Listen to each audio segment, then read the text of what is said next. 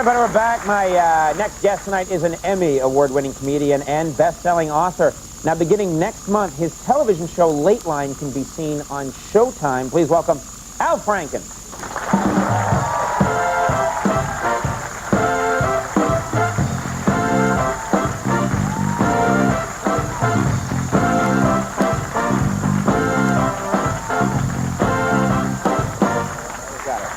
How are you, Al? Very good. Yeah, thank you for coming. Well, my pleasure, Conan.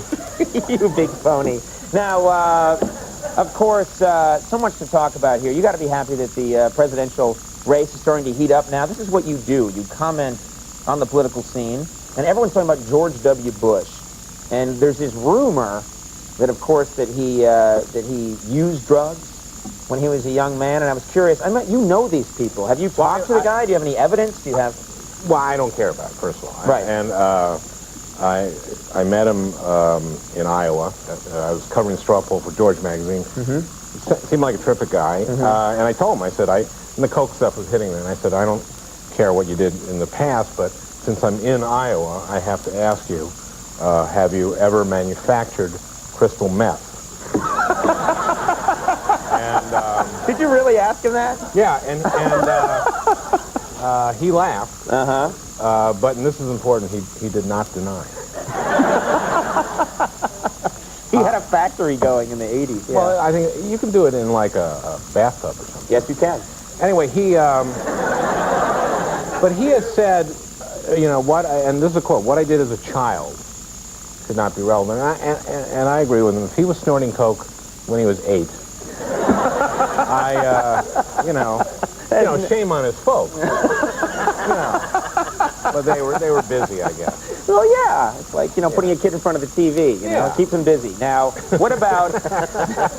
Go snort some coke. Now, come on! I'm trying to cook dinner here. Now, what about someone who's just come out of nowhere is of course, McCain. John McCain. John McCain has just come out of nowhere and suddenly a serious challenger. I like him very much. I'm a Democrat, but if I had to vote for a Republican, it would be John McCain. I just read his book, best-selling book, Faith of My Fathers, and a large part of it is dedicated to his 5.5 years as a POW in Hanoi. In the Vietnam War, captured. Oh, yeah, terrible. And he's very courageous on things like tobacco and on campaign finance reform. The thing I don't get about him is a lot of people call him a war hero, and anybody can get captured.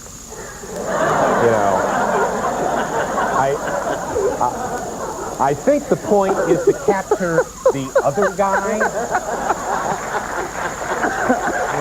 Yeah, well... Yeah, wait a minute. I mean, as far why did you people applaud that? I like a crowd like, oh yeah, that's kind of the point. No, as far as what a terrible country. As far as I'm concerned, he sat the war out. Okay, that's the worst thing anyone's ever said, and you said it. That's amazing. Thank you. Now, Pat Buchanan. Talk about the worst thing anyone ever said. Yeah. Pat Buchanan. What do you think? Well, him I've met too. I met him in '88 for the first time. I was doing commentary for CNN at the Democratic Convention in Atlanta, and everybody in CNN had the same workspace, so we were like next to each other, and I really liked him. And I went back to New York and told my friends, Pat Buchanan is very charming. And a couple of my friends said exactly the same thing. They said, yeah, well, Goebbels was charming, which is really unfair because Goebbels was not charming. He was a lot of things, no? He was an ill-tempered backbiter. Now, an interesting thing Buchanan has said recently is he believes that Harvard should reserve 75% of its class for white Christians, which I'm Jewish, so I don't agree with the Christian part. But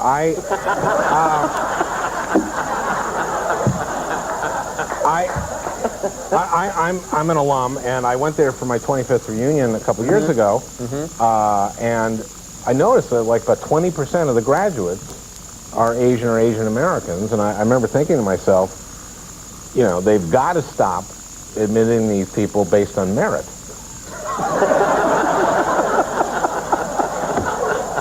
You're a very courageous man to have these views.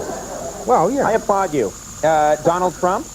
Have you met him? Because now they say he's going to, he hasn't obviously declared yet, but they think he's going to run for president. He believes, he says he won't run unless he thinks he can win. But he was on Larry King when all this started, and he said that there was a recent poll, that had him as leading everyone. Mm-hmm. And King asked him what poll was that, and but then he said it was a National Enquirer poll. And I think what Trump doesn't realize is that any poll, it's just a snapshot of what's happening at that time. For example, the latest National Enquirer tracking poll has Elvis now ahead of him, followed by Lizard Boy. Lizard Boy's good. He's a comer, yeah. Yeah. Then the man with the world's longest fingernails. And then Jesse Ventura. Right. Which brings up my next question. You are actually from Minnesota. I'm from Minnesota. And Jesse Ventura, of course, now the governor. How do you feel? We are so proud. Really?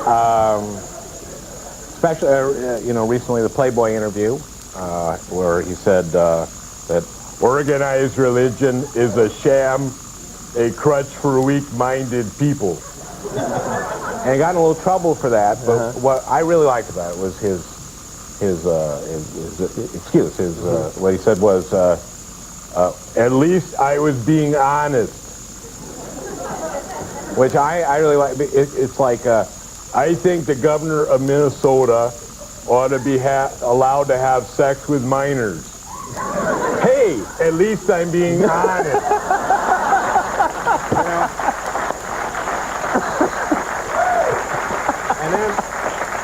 And then at the end of the interview, he said, they asked him if he was reincarnated, what would he like to come back as? And he said, as a 38 double D bra.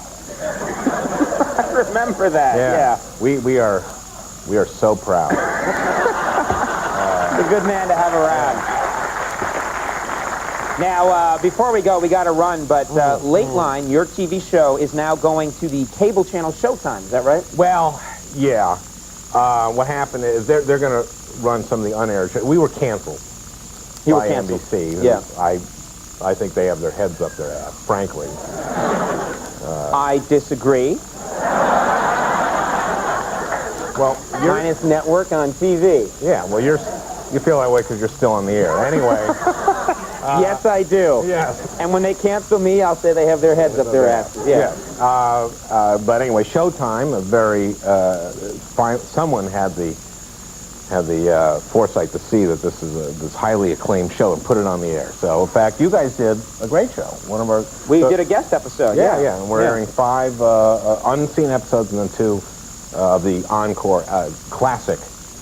Oh, you're gonna show our episode? No, but you would have. Yours was a very good episode. Just not a classic. It wasn't a classic. All right. Well, your time is up then. Late Line is on Showtime. It begins December 4th, so check it out there. And Al, thanks so much for making time for us. Good to have you here. Al Franken, everybody. We'll be right back with Cafe Tacuba. You want to see this group?